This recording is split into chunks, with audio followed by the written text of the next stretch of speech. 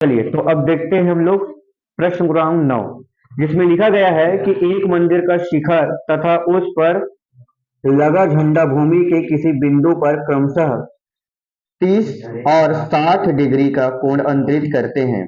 यदि मंदिर की ऊंचाई 10 मीटर हो तो झंडे की ऊंचाई ज्ञात कीजिए। ये हमको क्वेश्चन में दे दिए गए। फिलहाल के लिए मैं आपको बता दूं, यहाँ पे इसके लिए आपको डायग्राम बना के खुद ब खुद दे दिया गया है, तो हड़बड़ाने की कोई जरूरत नहीं है। मैं भी यहाँ पे छोटा सा डायग्राम बना ही देता हूँ। ये समझ लीजिए मंदिर है।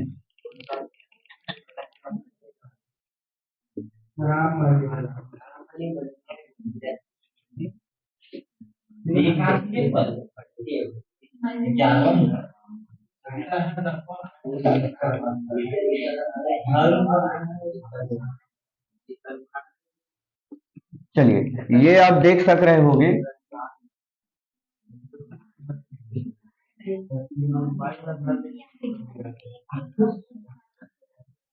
चलो आप ये इधर देख सक रहे होंगे कि यहाँ पे इधर इधर इधर इधर सब लोग ध्यान दीजिए।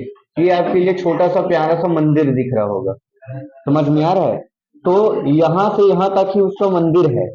यानी मैं थोड़ा सा पॉइंट आउट करके बता दूं कि जो बीसी है, जो दिख रहा है बीसी, वही मंदिर की ऊंचाई है। लेकिन बी से ए जो दिखाई दे रहा होगा वो एक्चुअल में झंडे की ऊंचाई है। झंडे डंडे के ऊपर लगता है तो डंडे की ऊंचाई है, समझ लीजिए आप। समझ में आ गया? और यहाँ पे एक बिंदु शो किया गया है, बिंदु पी। ठीक है, क्लियर हो गया? अब यहां से हम क्या करेंगे, अब यहां से हम क्या करने वाले हैं, इसको फॉलो करने वाले हैं। इसमें हमको क्या ज्ञात करना पड़ता है, बी से ए की वैल्यू, ए बी की वैल्यू ज्ञात करनी है। क्या ज्ञात करनी है? ए बी की वैल्यू। और मंदिर की यहाँ पे जो ऊंचाई दिया गया है वो दे दिया गया है 10 मीटर। कितना है? यहाँ पे 10 मीटर। अब हमको पहली बात एक चीज याद करना पड़ेगा, पीसी की वैल्यू। पीसी की वैल्यू जब तक हम ज्ञात नहीं करेंगे तब तक इस झंडे की ऊंचाई हम ज्ञात नहीं कर पाएंगे। ठीक है, चलिए तो हम लोग स्टार्ट करते हैं। तो सबसे पहले स्टार्ट करेंगे पीसी की वैल्यू ज्ञात करने से। पीसी की वैल्यू ज्ञात कैसे करेंगे?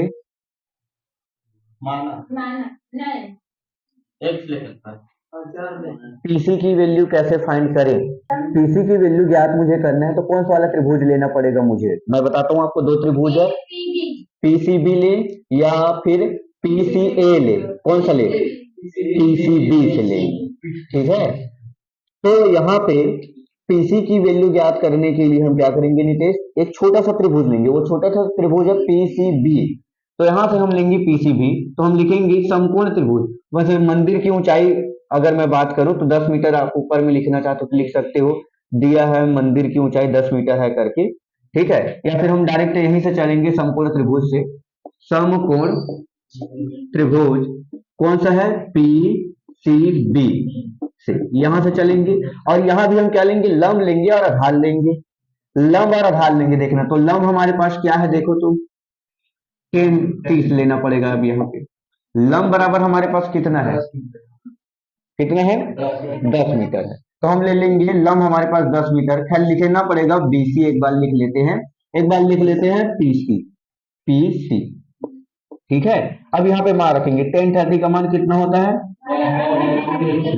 बीसी का वैल्यू कितना है? पीसी का वैल्यू कितना है?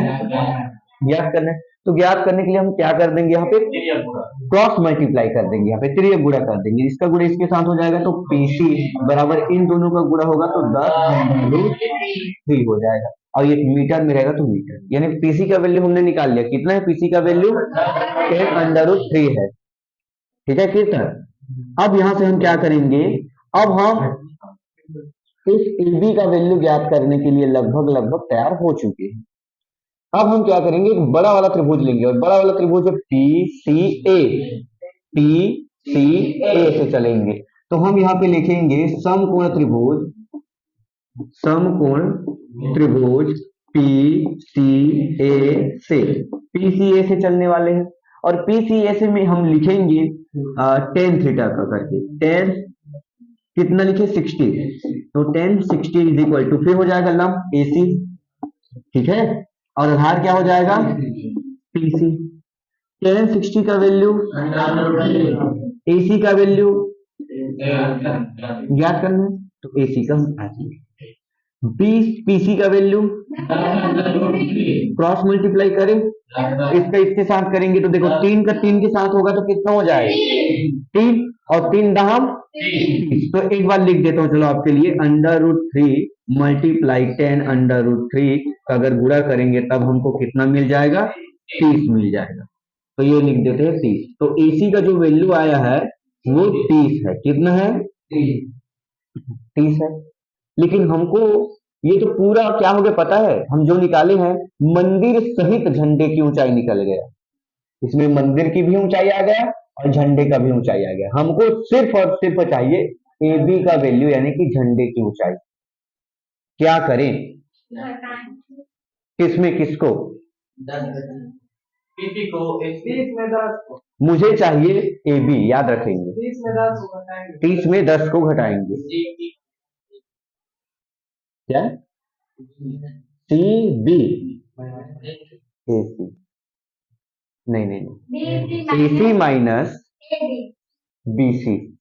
मैं बताता हूँ अच्छे से, चलो चलो चलो घबराने वाली बात नहीं है। देखो देखो कमन, हमको क्या चाहिए भैया AB की वैल्यू हमने कितना निकाल दिया, A से निकाल दिया है। तो क्या AC में से अगर मुझे BC चाहिए, क्या चाहिए BA निकालना है या फिर AB चाहिए तो हम क्या करेंगे पूरे में से इतने को घटा देंगे, तब हमको क्या मिल जाएगा AB मिल जाएगा।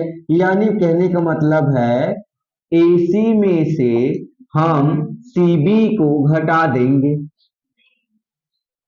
तब हमको क्या मिल जाएगा AB।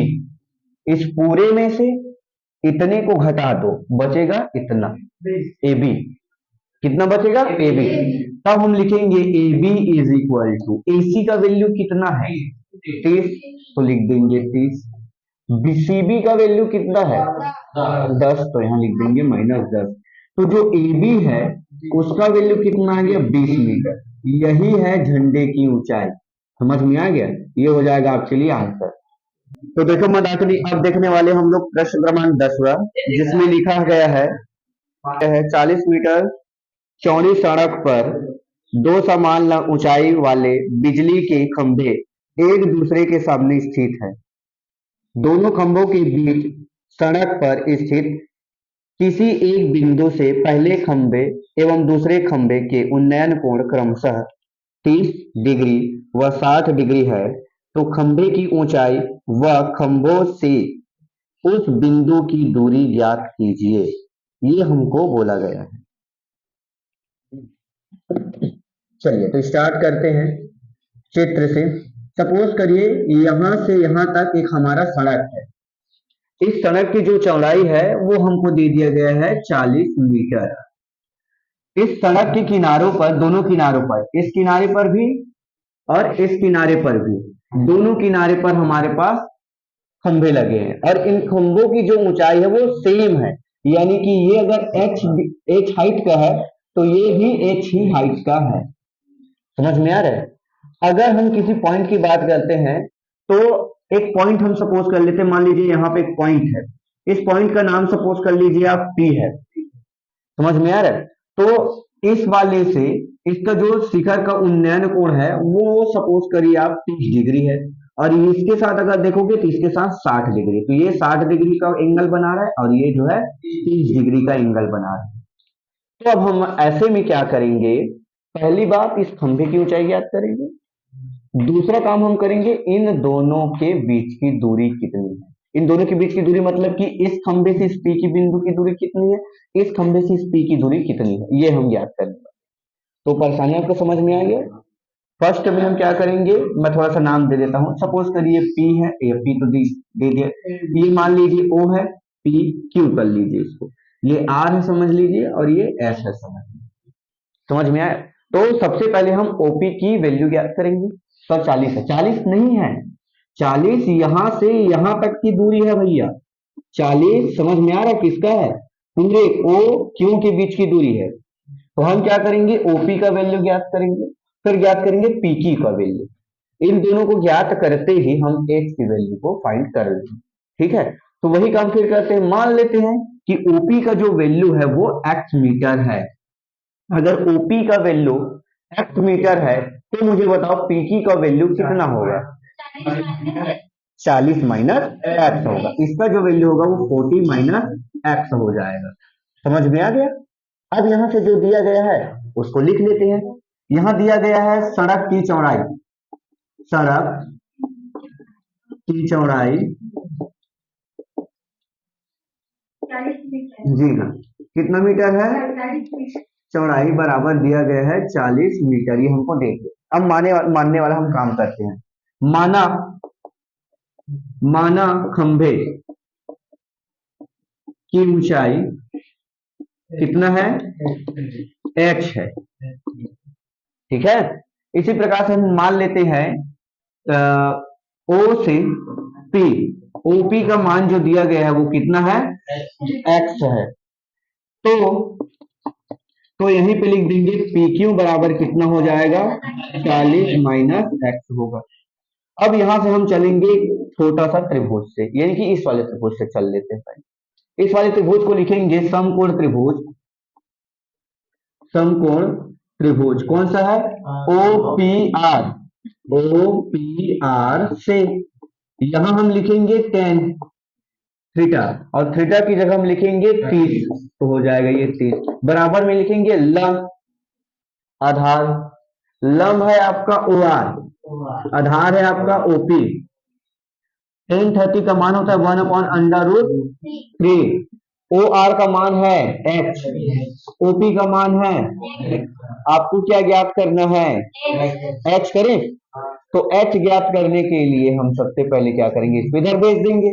तो जो h का वैल्यू आएगा वो ऐसा आएगा, h बराबर आएगा x अपॉन में √3 करके आएगा। समझ में आ रहा है? ऐसे क्लियर गुणा हो जाएगा, x का x एक के साथ गुणा होगा तो वही हो जाएगा, x सही हो जाएगा। तो x बटी में √3 अब बराबर में h। इन जैसे थोड़ी दिख रहा है, h है भैया। ठीक है, ये हमारा रहेगा समीकरण नंबर 1। अब यहां से हम आगे बढ़ेंगे और एक दूसरा त्रिभुज लेंगे, ये वाला। इस त्रिभुज का नाम है समकोण त्रिभुज।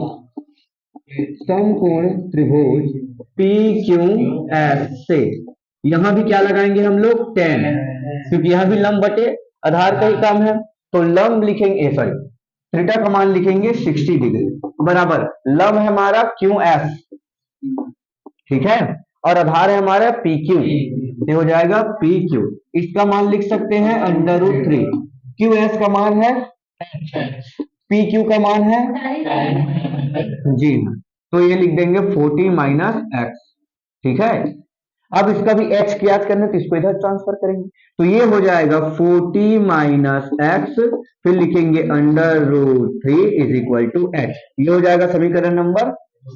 समीकरण नंबर 1 और 2 को ध्यान से देखने पर आप पाओगे कि इसका जो लेफ्ट हैंड साइड है, थोड़ा सा इसको इक्वल कर देता हूं तो मुझे बोलने में भी थोड़ा सा अच्छा रहेगा। रुको थोड़ा सा, इसको h बराबर इसको लिखा जा सकता है 40 माइनस एक्स करके।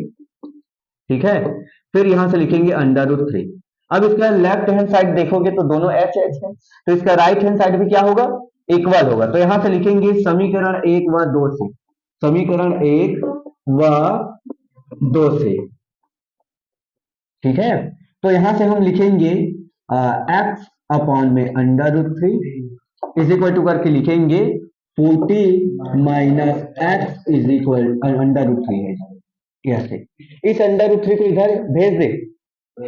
ठीक है, भेज देंगे तो हमारे पास क्या हो जाएगा? इधर x बचेगा, इन दोनों का मल्टीप्लाई होकर हो जाएगा 3। कितना हो जाएगा? 3। तो लिखेंगे 40 माइनस एक्स और यहां लिख देंगे 3। इस 3 का मल्टीप्लाई करते हैं तो 3 का मल्टीप्लाई करने पर ये हो जाएगा 120। 40 दिया और 40 सॉरी 3 का गुणा करेंगे x के साथ तो -3x। अभी 3x को इधर भेजेंगे तो कितना हो जाएगा? 4x बराबर ही हो जाएगा 120। 4 एकम 4 तिया 12, तो x की वैल्यू कितना आ गया? 30। हमको अभी x की वैल्यू मिला है, समझ में आ गया? यानी कि OP का मान मिला है, तो यहां लिखेंगे अतः OP बराबर 30 मीटर। तो पी क्यू बराबर कितना, तो पी क्यू बराबर 40 माइनस 30, तो बराबर कितना हो जाएगा 10 मीटर। समझ में आ गया। अभी तो हमने सिर्फ एक ही चीज निकाला है, अब निकालेंगे खंभे की ऊंचाई यानी कि एच की वैल्यू। उसको निकालना एकदम सरल है। इस एक्स की वैल्यू को इन दोनों समीकरण में से किसी एक समीकरण में रखना है। समीकरण एक में रखेंगे एक्स की मान को तो तुरंत एच निकल के आ जाएगा। ठीक है, तो हम रख देते हैं समीकरण एक में एक्स का मान रखने पर, जैसे ही हम रखेंगे तो हमको मिलेगा h is equal to x, x की जगह में कितना लिखेंगे 3। ठीक है, क्योंकि x का मान कितना है 3 आया है या 30 आया है। अब यहां से हम लिखेंगे √3, ये हो जाएगा √3। इस 30 को ऐसे लिखा जा सकता है क्या 10 गुणा 3, और 3 को ऐसे लिखा जा सकता है क्या 3 √3 करके, और √3 एक ये है, तो √3 से √3 एक कैंसिल हो जाएगा, तो हमारे पास क्या बचेगा h बराबर 10 √3, यानी कि जो खंभे की पोल की जो हाइट है वो है 10 √3 मीटर। ये आपके लिए दूसरा आंसर रहेगा। चलिए नोट कर लीजिए फिर। अब हम आ चुके हैं प्रश्न नंबर 11। ये प्रश्नावली का लास्ट क्वेश्चन है। तो इसमें लिखा गया है कि एक प्रेक्षक भूमि से 90 मीटर की ऊंचाई पर क्षैतिज रेखा में उड़ रहे गुब्बारे को देखता है। यदि किसी क्षण प्रेक्षक की आंखों से गुब्बारे का उन्नयन कोण 45 है और कुछ समय बाद यह उन्नयन कोण घटकर 30 हो जाता है, तो गुब्बारे द्वारा ए से बी तक तय की गई दूरी ज्ञात कीजिए। यानी बेसिकली ए से बी तक पहुंचने में कितना दूरी तय करता है ये हमको ज्ञात करना है। समझ में आ रहा है? चलिए आपको मैं समझाता हूं कैसे कैसे हो रहा है यहाँ पे। अब समझ लीजिए यहाँ पे कोई प्रेक्षक है, या थोड़ा सा पॉइंट है, प्रेक्षक मतलब कि देखने वाला, यानी कि हम गुब्बारे को ऐसे उड़ते हुए देख रहे हैं तो हम ही प्रेक्षक हो गए। समझ में आ गया? किसी भी चीज को देखना को क्या बोलेंगे हम लोग? प्रेक्षक बोलेंगे। समझ में आ गया? अब यहाँ से मान लेते हैं प्रेक्षक, यहाँ पे एक चित्र तो ऐसे दे दिया गया है, नाम अब हम अपने हिसाब से लिखेंगे। मान लीजिए बिंदु P है, यहाँ पे प्रेक्षक है। प्रेक्षक जो है एक गुब्बारे को सपोज करिए यहाँ पे दिखता है, ये ऐसे, यहाँ पे सपोज करिए गुब्बारा है बढ़िया सुंदर सा ऐसे, ये ऐसे गुब्बारा है समझ लीजिए। तब उसके साथ जो उन्नयन कोण बन रहा था इनकी दृष्टि के साथ ऐसे, वो बन रहा था 45 डिग्री। कितना डिग्री? 45 डिग्री यहाँ पे बन रहा था। ठीक है, कुछ समय बाद जब वह देखता है कि गुब्बारा उड़ते उड़ते यहाँ तक आ गया है, समझ लीजिए यहाँ पे आ गया है, ये यहाँ। समझ में आया? ये थोड़ा दूर खिसका है, उड़ते उड़ते यहाँ से था, यहाँ से यहाँ तक आ गया उड़ते उड़ते। समझ में आ गया? ये ऐसे, ठीक है, यानी कि ये ए पॉइंट पे था, उड़ते उड़ते ये बी पॉइंट पे आ गया। समझ में आ गया? तब ये प्रेक्षक की आंखों के साथ जो है 30 डिग्री का कोण बनाने लगा। कितना डिग्री का? 30 डिग्री का। अरे अरे बहुत गलत बन गया। 30 डिग्री का कुछ ऐसे बनेगा छोटा सा। तो ये दिख रहा है जो कोण है वो 30 डिग्री का है, और ये बड़ा वाला जो कोण दिख रहा है वो कितने डिग्री का है? 45 डिग्री का। तो यहाँ लिख देता हूँ 45 डिग्री।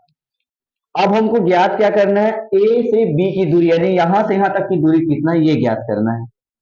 समझ में आ रहा है? ए से बी की दूरी ज्ञात करना है। तो इसको थोड़ा सा मैं नामकरण कर देता हूँ। ये सपोज कर लीजिए पी क्यू, ये आर है सपोज कर लीजिए। ठीक है, इतना ऊपर तो खैर नाम ही है ए बी। तो अब यहां से हम लोग क्या ज्ञात करने वाले हैं? क्यू आर, या फिर मैं बोल सकता हूं ए बी की दूरी, ए बी के बीच की डिस्टेंस कितनी है उसको ज्ञात करने के लिए मुझे क्या ज्ञात करना पड़ेगा? पी क्यू का वैल्यू और पी आर का वैल्यू। पी आर और पी क्यू का मान ज्ञात होते ही मैं क्या करूंगा पता है? पी आर में से पी क्यू को हटा दूंगा। पी आर में से पी क्यू को घटा दूंगा तो क्या बचेगा? P Q R. क्या बचेगा? Q R. और यही तो हमको ज्ञात करना है। समझ में आया? तो उस वहां तक पहुंचने के लिए हमको क्या चाहिए? पी क्यू का वैल्यू। समझ में आ गया? पी क्यू का वैल्यू चाहिए और पी आर का वैल्यू चाहिए, दो वैल्यू चाहिए। उन दोनों वैल्यू को हम ज्ञात करेंगे, फिर बड़े वैल्यू में से इस छोटे वैल्यू को घटा देंगे तो हमको क्या मिल जाएगा, क्यू आर या फिर मैं बोलूं ए बी के बीच की डिस्टेंस। अब हम बात करेंगे इनकी ऊंचाई पर। ये जो बलून है वो उड़ रहा है 90 मीटर की ऊंचाई पे, यानी जमीन से कितनी ऊंची है ये, 90 मीटर की ऊंचाई पे है। तो इसकी ऊंचाई बढ़ नहीं रही है, ये सिर्फ कैसे ट्रैवल कर रहा है, यहां था अब यहां आ गया। ऐसा नहीं कि यहां था फिर ये ऊपर हो गया, ऐसा नहीं है, यहां था फिर ये यहां आ गया, यानी कि सेम ऊंचाई पे है। इसलिए अगर ये 90 मीटर पे है तो ये भी कितना मीटर पे होगा, 90 मीटर पे ही होगा। समझ में आ गया। अब हम चलेंगे छोटे वाले त्रिभुज, फिर चलेंगे ये बड़े वाला त्रिभुज। दो त्रिभुज लेंगे और वहां से दोनों का मान निकालेंगे, इसका भी और इसका भी। निकालें, चलो सरल है, करके देखते हैं। तो हम लिखते हैं समकोण त्रिभुज, समकोण त्रिभुज क्या ले ले, P Q A, P Q A से ये ले लेते हैं। पी क्यू ए से चलेंगे तो हमको लेना पड़ेगा लंब और आधार, ठीक है, यानी कि टेन लेना पड़ेगा बेसिकली। तो टेन लेते हैं, टेन थीटा, लेकिन यहाँ पे जो थीटा का वैल्यू है राजेश्वरी वो क्या है, 45 डिग्री। तो यहाँ लिख देंगे 45 डिग्री बराबर लंब क्या है हमारे पास, ए क्यू, ठीक है, और आधार क्या है, पी क्यू। तो हम लिख देंगे पी क्यू। टेन 45 का मान, टेन 45 का मान 1, ये तो मैंने लिख दिया है, ठीक है। ए क्यू का मान कितना है, 90, तो हम लिख देंगे 90 मीटर। पी क्यू का मान ज्ञात करना है तो लिख देंगे पी क्यू का पी क्यू। पी क्यू और इस 1 का क्रॉस मल्टीप्लाई कर देते हैं, तो पी क्यू का एक के साथ गुणा होगा तो वही आएगा, पी क्यू बराबर में 90 मीटर, यानी कि हमने पी क्यू का वैल्यू निकाल लिया, कितना मीटर है, 90 मीटर है। समझ में आ गया। ठीक इसी प्रकार एक बड़ा वाला त्रिभुज लेंगे, पी आर बी, तो हम लेंगे समकोण त्रिभुज, समकोण त्रिभुज पी आर बी से, यहां से लेंगे। अब हम क्या करेंगे, यहां भी 10 लेना पड़ेगा तो यहां भी ले लेते हैं 10, और थीटा की जगह में लेंगे यहाँ पे 30 डिग्री बराबर लंब हो जाएगा इसके लिए बी आर, ठीक है, और इसके आधार हो जाएगा क्यू आर, ये देखो क्यू आर। अब यहां से 30 का मान कितना ले, 30 का मान कितना लेंगे, 1/√3। बी आर का मान कितना है, 90, ठीक है। अब यहां से लिखेंगे क्यू आर का मान कितना है, याद करना, तो क्यू आर का क्यू आर। फिर यहाँ पे हम क्या करेंगे, क्रॉस मल्टीप्लाई, तो इसका इसके साथ करेंगे तो हो जाएगा क्यू आर बराबर 90 × 3, ये हो जाएगा इसके लिए। अब आपको पता ही क्या करना है, हमको क्या ज्ञात करना है था, इस क्यू आर का वैल्यू। क्यू आर का वैल्यू के लिए मैंने पहले ही बता दिया क्या करना है, अगर क्यू आर का वैल्यू ज्ञात करना है तो आपको बड़े में से, यानी कि पी आर में से, पी आर में से क्या करना रहेगा, माइनस कर रहेगा किसको, पी क्यू को, ये लो। तो क्यू आर का मान, यानी कि ए बी का ही मान है, क्यू आर का मान हम निकाल सकते हैं इन दोनों का मान से। इसका मान कितना है, 90। पी आर यहाँ पे मैंने क्या लिख दिया है, क्यू आर, गलत है, यहाँ पे पी आर लिखना पड़ेगा ना, पी आर है यहाँ पे, पी आर, यहाँ पर भी लिखना पड़ेगा पी आर है, ठीक है। तो यहाँ पे पी आर का जो वैल्यू कितना है, 90√3, इसका मान कितने, पी क्यू का मान 90। अब यहाँ से देखो दोनों को घटाया नहीं जा सकता, तो क्या करें भाई, कॉमन निकालेंगे, किसको, 90 को, तो हमने 90 को कॉमन निकाल लिया और इसको लिख दिया ऐसे। तो यानी कि हमको पता चल गया कि इसका जो मान है, किसका, क्यू आर का जो वैल्यू है वो कितना है, 90, कोष्टक के अंदर में लिखेंगे √3 - 1 मीटर, ये इन दोनों के बीच की दूरी है, ठीक है। चलिए नोट कर लीजिए, फिर ये हो गया आपके लिए फाइनल आंसर।